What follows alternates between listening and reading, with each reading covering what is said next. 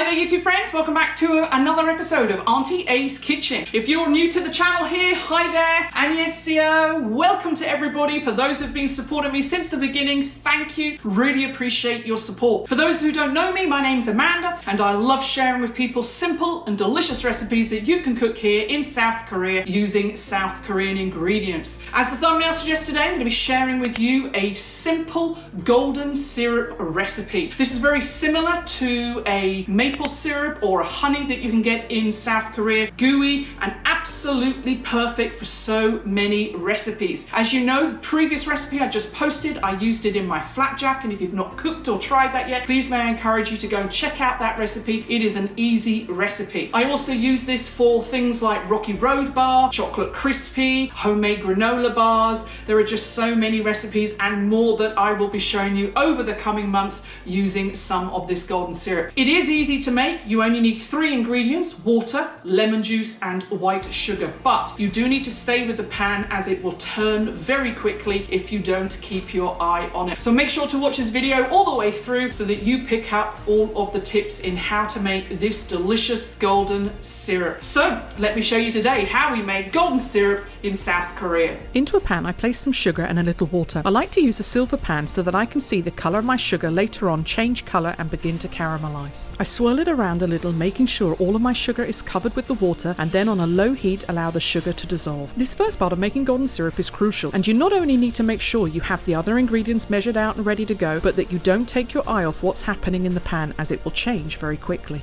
So your sugar will begin to bubble up and you will see the edges first begin to caramelize and change colour. You will also smell this caramelization happening. You're looking for a rich amber colour, but be careful as this can change quickly and then burn. So here you can see the perfect colour, and you want this deep amber colour when you make it too. I then quickly add the other ingredients, my boiling hot water, and this will sizzle ferociously when you add it, so please be careful. Then I add my sugar.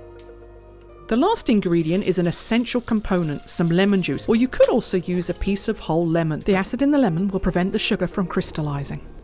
On a low heat, I stir until the sugar has completely dissolved into the water. I lift up the spoon here so you can see the texture of my syrup. It runs easily off the spoon, so it's not ready yet. I wait until little bubbles start to appear, as you can see here, then I turn my heat up to a medium-low and allow this to simmer for 10 minutes. Just like me, you're going to want to set a timer here so that you don't forget. Every so often I will stir the golden syrup and see how the syrup sticks and falls off the spoon so I know where it's at.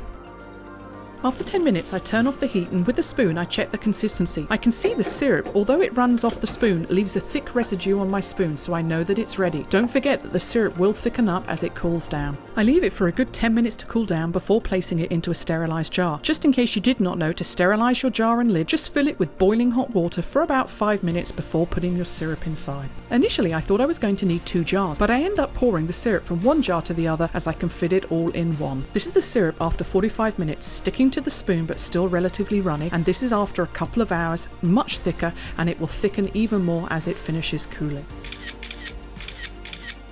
So here we have homemade golden syrup. Delicious, and as you've seen today, not difficult to make. This is a staple ingredient that can be found in an English pantry, and when stored in a sealed jar will last a couple of months. Useful in cookies, crispies, granola bars, ice creams, sorbets, fudges, cakes and biscuits, just to name a few. Thanks for watching today. Please don't forget to hit the like button, and I look forward to seeing you in the next episode where I will share with you another simple and delicious recipe. God bless. Chopokhamnada.